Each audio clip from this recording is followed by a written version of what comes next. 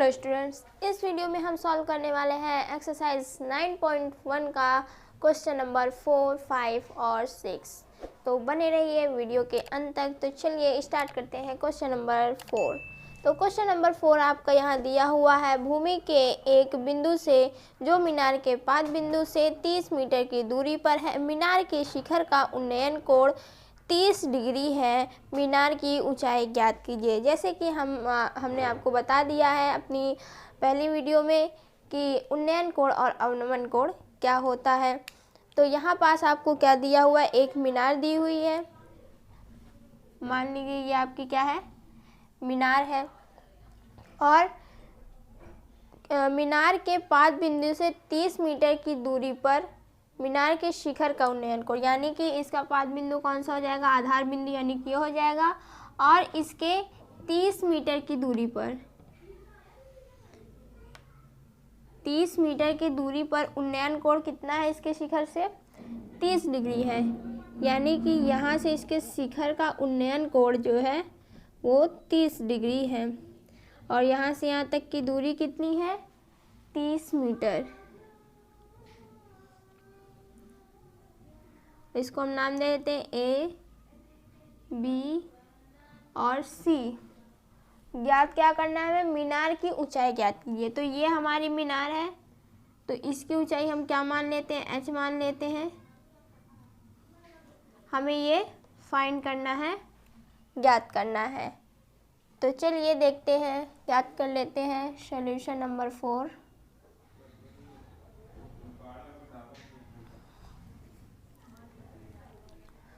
तो क्वेश्चन हम नहीं उतार रहे हैं क्योंकि वीडियो क्वेश्चन कुछ ज़्यादा ही लंबा दिया हुआ है यहाँ पास, और क्वेश्चन उतारने से वीडियो काफ़ी ज़्यादा लंबी हो सकती है।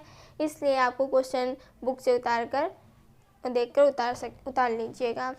तो चलिए आज सॉल्व कर लेते हैं क्वेश्चन नंबर 4। तो हमें क्या ज्ञात करना है, मीनार की ऊंचाई ज्ञात करना है। तो हमने आपको बताया था कि मीनार जो भी हमें ज्ञात करना रहता है उसी को हम मान लेते हैं। तो क्या हो जाएगा, माना मीनार की ऊंचाई h है, माना मीनार की ऊंचाई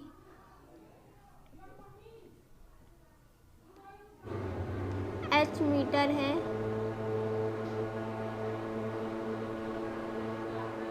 और हमें क्या दिया हुआ है, ये आपका लंब है और ये क्या है, आपका आधार है।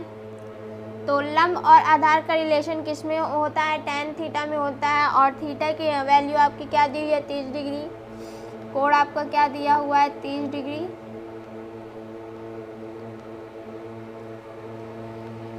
ए बी क्या दिया हुआ है आपका, 30 मीटर।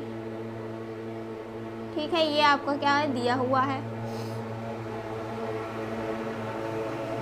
अब क्या करेंगे, यहाँ पास tan 30 degree is equal to लंब बटे आधार। लंब आपको क्या है, BC, आधार आपका क्या है, AB।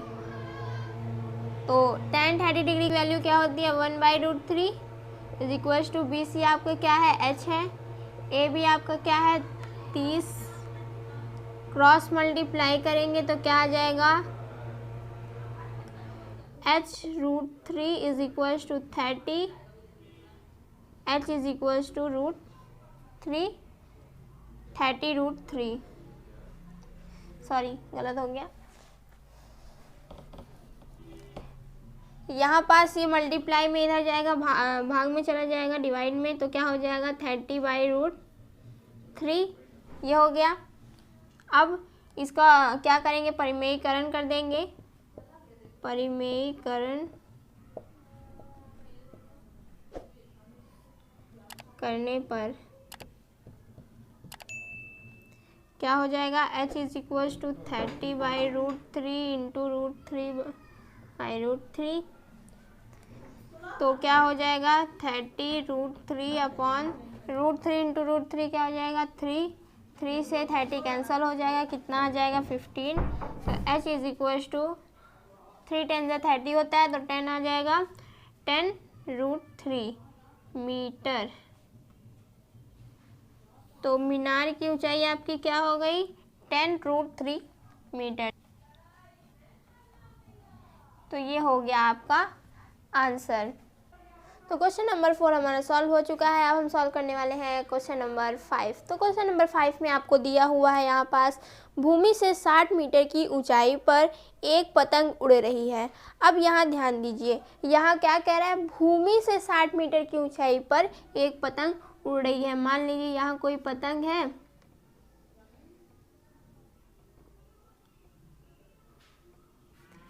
ये एक पतंग है, भूमि से कितनी मीटर की ऊंचाई पर, 60 मीटर की ऊंचाई पर उड़ रही है। ये 60 मीटर की ऊंचाई पर एक पतंग उड़ रही है। पतंग में लगी डोर को अस्थायी रूप से भूमि के एक बिंदु से बांध दिया जाता है। ठीक है, मान लीजिए यहाँ पास को कहीं भूमि के एक बिंदु से यहाँ से पतंग की डोर को क्या कर देते हैं, बांध देते हैं। पतंग की डोर को यहाँ से बांध देते हैं। भूमि के साथ डोरी का झुकाव 60 डिग्री है, यानी कि अब इस पॉइंट से और इस पॉइंट को मिला देंगे तो क्या हो जाएगा, भूमि से डोरी का जो कोण है वो कितना है, 60 डिग्री है। 60 डिग्री हो गया। अब यह मानकर कि डोरी में कोई ढाल नहीं है, डोरी की लंबाई ज्ञात कीजिए। अब क्या कह रहे हैं, डोरी की लंबाई ज्ञात करना है, यानी कि ये डोरी है आपकी, ये लंबाई को आपको ज्ञात करना है। और ये दूरी आपकी दी हुई है 60 मीटर। भूमि से ऊंचाई ए, बी और ये मान लेते हैं सी। ठीक है, तो यहाँ पास क्या मान लेते हैं, माना डोरी की लंबाई बराबर x। इसको क्या मान लिया हमने, x, माना डोरी की लंबाई बराबर x। अब यहाँ पास आपको क्या दिया हुआ है, लंब दिया हुआ है और कर्ण दिया गया है। तो लंब और कर्ण का रिलेशन किस में देखने को मिलता है, साइन में मिलता है। और यहाँ आपका कोण क्या दिया हुआ है, 60 डिग्री। कोण आपका है 60 डिग्री और BC आपका दिया हुआ है 60 मीटर। और साइन का रिलेशन यहाँ मिल रहा है और कोण आपका दिया है 60 degree is equal to sine theta बराबर होता है लंब बटे कर्ण। तो क्या हो जाएगा, BC बाय AC। तो साइन 60 डिग्री की वैल्यू क्या होती है, √3/2 इज इक्वल टू BC आपका है 60 और AC कितना है आपका, AC हमें फाइंड करना है, हमने x माना है। क्रॉस मल्टीप्लाई करेंगे क्या हो जाएगा, x √3 is equal to 60 into 2 120, x is equal to 120 upon √3। परिमेयीकरण करेंगे, फिर से परिमेयीकरण करने पर क्या हो जाएगा आपका, x is equal to 120 upon √3 into √3 upon √3। तो क्या हो जाएगा, 120 √3 अपॉन √3 इंटू √3, 3 से ये कैंसिल हो जाएगा, 3 4 12 और 40। तो x इज इक्वल टू आपका क्या हो गया, 40 √3 मीटर। ये आपका हो गया आंसर, जो कि आपका क्या है, x आपने क्या माना था, डोरी की लंबाई आपकी क्या हो गई, लिख देंगे। अतः डोरी की लंबाई बराबर 40 √3 मीटर। तो ये आपका हो गया आंसर। तो चलिए इस वीडियो का लास्ट क्वेश्चन भी सॉल्व कर लेते हैं, जो कि हमारा है क्वेश्चन नंबर 6। क्वेश्चन नंबर 6 यहाँ पास दिया हुआ है 1.5 मीटर लंबा एक लड़का 30 मीटर ऊंचे एक भवन से कुछ दूरी पर खड़ा है। तो क्या कह रहे हैं, 1.5 मीटर एक लंबा लड़का है। मान लीजिए ये कोई लड़का है जिसकी लंबाई कितनी है, 1.5 मीटर। ये एक लड़का खड़ा हुआ है और 30 मीटर ऊंचे एक भवन से कुछ दूरी पर खड़ा है। 30 मीटर ऊंचा एक भवन है, कुछ दूरी से यानी कि लड़का यहाँ खड़ा है तो भवन कहीं इधर साइड होगा, ये भवन हो गया। अब आप लोग सोचेंगे कि हमने यहाँ तक क्यों नहीं बनाया। अब भाई लड़का है वो भी ज़मीन में ही रहेगा, ये आपकी मान लीजिए ज़मीन है, लड़का भी ज़मीन से यहाँ खड़ा रहेगा और मीनार भी तो ज़मीन से ही रहेगी कि भाई मीनार भवन की उड़ता रहेगा, उड़ता थोड़ी ना रहेगा। ये तो आपकी ज़मीन हो गई, यहाँ से एक लड़का खड़ा हुआ है और यहीं से आपका क्या हो गया, एक भवन कुछ दूरी पर लड़का खड़ा हुआ है भवन से। और भवन की ऊंचाई कितना है, 30 मीटर। ये यहाँ से यहाँ तक की ऊंचाई आपकी है 30 मीटर। अब क्या है, जब वह ऊंचे भवन की ओर जाता है तब उसकी आँख से भवन के शिखर का उन्नयन कोण 30 डिग्री से 60 डिग्री हो जाता है। यानी कि उसकी आगे मतलब कि ऊपर साइड यहाँ से जब वो भवन की ओर जाता है, भवन की ओर जाता है तो पहले तो उसके शिखर से जब वो देखता है, पहले जब वहाँ खड़ा रहता है तो जब वो उस भवन के शिखर की ओर देखता है तो उसका जो उन्नयन कोण होता है वो 30 डिग्री होता है। लेकिन जब वो यहाँ से थोड़ी दूर आगे चलकर मान लीजिए यहाँ पहुँचता है तो उसके जब फिर वो शिखर को देखता है तो उसका कोण कितना हो जाता है, 60 डिग्री हो जाता है। ये यहाँ पास कहा जा रहा है। अब यहाँ पास ये 1.5 मीटर है तो ये भी तो 1.5 मीटर होगा। ये यहाँ से यहाँ तक की दूरी आपकी क्या हो गई, 1.5 मीटर। और इसको भी मिला देंगे। अब क्या बोल रहे हैं, बताइए कि वह भवन की ओर कितनी दूरी तक चलकर गया। अब यानी कि यहाँ से यहाँ तक वह कितनी दूरी तय करता है भवन की ओर जाने के लिए, ये बताना है हमें। तो मान लीजिए यहाँ से यहाँ तक की दूरी आपकी क्या हो गई, x, और यहाँ से यहाँ तक की दूरी क्या हो गई आपकी, y। अब नाम ले देते हैं A, B, C, D, E और इसको नाम दे देते हैं F। ये हो गया। अब ये बताइए कि जब भवन की ये पूरा एक भवन है और इसकी ऊंचाई कितनी है, 30 मीटर है, और ये लड़का है और इसकी लंबाई कितनी है, 1.5 मीटर है। तो ये जो अब बाकी का जो ये बचा हुआ भाग है ये कितने मीटर का हो, 30 मीटर से 1.5 मीटर को माइनस कर देंगे तो आ जाएगा, क्या हो जाएगा, यही माइनस कर देते हैं, 30 माइनस 1.5। कैसे माइनस करते हैं, पॉइंट वाला, ये 1.5 यहाँ पॉइंट लगाए, यहाँ 0, 10 5 माइनस हुआ तो 5, यहाँ क्या बचा आपका 9, 9 में से 1 गए 8 और यहाँ 2, क्या आया आपका 28.5। यहाँ से यहाँ तक की दूरी आपकी निकल आई 28.5। तो अब यहाँ पास हमें क्या सॉल्व करना था, क्या निकालना था हमें, बताइए कि वह भवन की ओर कितनी दूरी पर चल के गए। x और y का मान हमें ज्ञात करना है। तो सबसे पहले हम क्या कर लेंगे, यहाँ ये कोण को ले लेते हैं, कोण त्रिभुज EAD में, ठीक है, त्रिभुज EAD में क्या हो जाएगा, त्रिभुज AED में आपका ये लंब दिया हुआ है और ये आधार है आपका, और कोण आपका कितना हो जाएगा 30 डिग्री।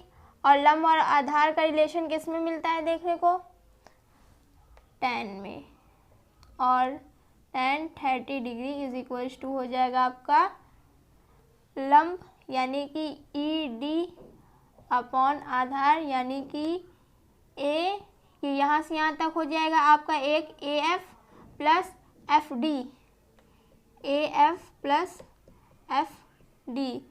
tan 30 डिग्री की वैल्यू क्या होती है, 1/√3 इज इक्वल्स टू ED कितना है 28.5 अपॉन AF प्लस FD, यानी कि AF आपको कितना है x प्लस FD y। ये हो गया आपका। क्रॉस मल्टीप्लाई करेंगे तो क्या हो जाएगा, x plus y is equals to 28.5√3। अब यहाँ से हम क्या कर लेंगे, x की वैल्यू निकाल लेंगे तो y उधर जाएगा, माइनस में हो जाएगा 28.5√3 माइनस वाई। ये मान लीजिए समीकरण 1 आपका, ये हमने समीकरण 1 मान लिया। अब क्या ले लेते हैं, त्रिभुज EFD में, त्रिभुज EFD में क्या हो जाएगा आपका, इसमें भी सेम रिलेशन होगा। tan कोण कितना हो जाएगा आपको यहाँ से यहाँ तक 30 डिग्री, तो tan 30 degree is equal to लंब आपका वही रहेगा ED अपॉन आधार आपका हो जाएगा FD। tan 30 डिग्री यहाँ गलत हो गया, यहाँ तो 60 डिग्री है। क्वेश्चन में जब वो भवन की ओर आगे बढ़ता है तो उसका कोण कितना हो जाता है, 30 से 60 डिग्री हो जाता है। तो tan 60 डिग्री की वैल्यू क्या होती है, √3 इज इक्वल टू ED कितना है आपका 28.5, FD आपका है y। क्रॉस मल्टीप्लाई यहाँ पास करेंगे तो आ जाएगा y√3 इज इक्वल टू 28.5, तो y is equal to 28.5 upon √3। अब क्या करेंगे, समीकरण 1 में y की वैल्यू रख देंगे, क्या हो जाएगा, समीकरण 1 में y का मान रखने पर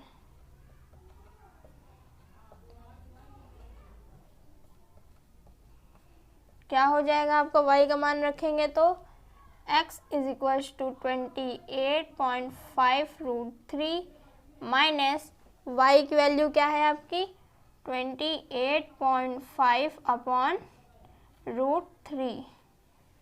अब यहाँ तो जगह नहीं है, यहाँ साइड में कर देते हैं।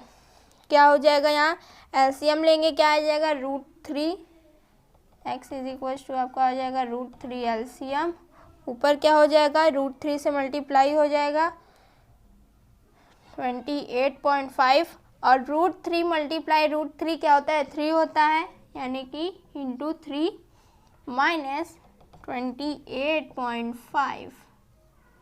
अब इसको मल्टीप्लाई करेंगे तो क्या आ जाएगा आपका, यहाँ मल्टीप्लाई कर लेते हैं 28.5 इंटू 3, 3 5 ज़ा 15,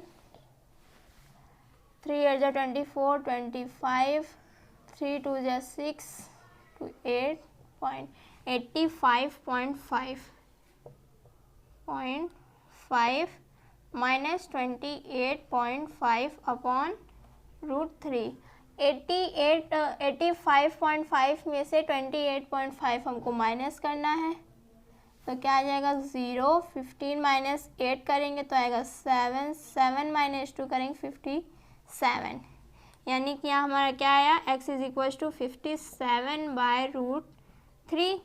फिर से क्या करेंगे, परिमेयीकरण करने पर लिख लीजिएगा, परिमेयीकरण करने पर हम यहाँ ऐड कर दे रहे हैं 57/√3 into √3 upon √3 is equal to क्या आ जाएगा 57√3 अपॉन 3।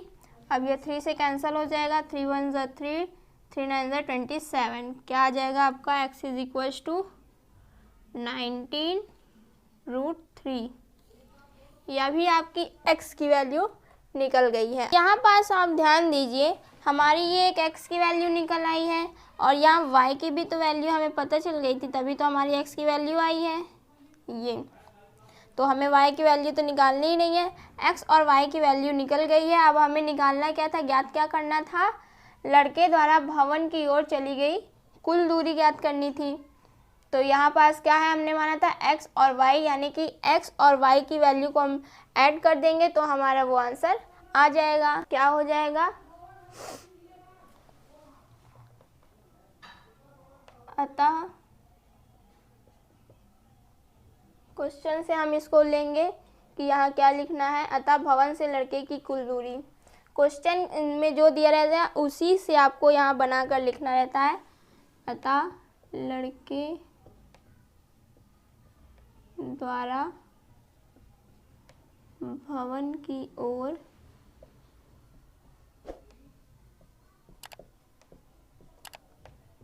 चली गई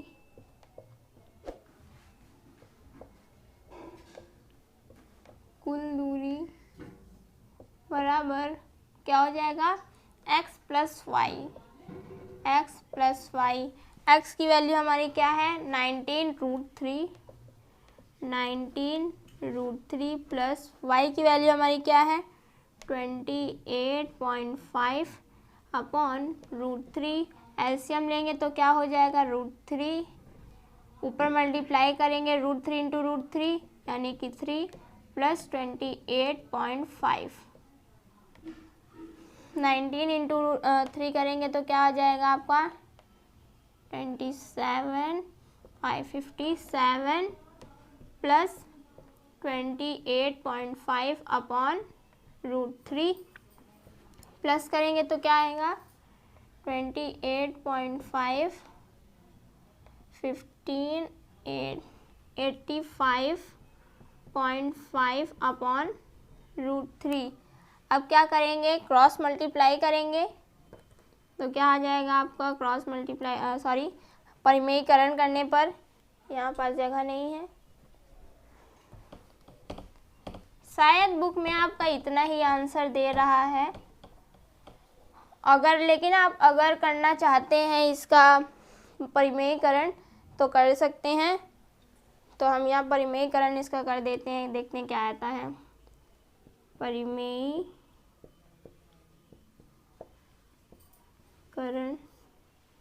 करने पर क्या हो जाएगा आपका 85.5 अपॉन √3 इंटू √3 अपॉन √3 बराबर 85.5 √3 अपॉन 3 से कैंसिल करेंगे क्या आ जाएगा आपका 85.5, 3 2 6, 3 8 24, 28.5 √3 मीटर।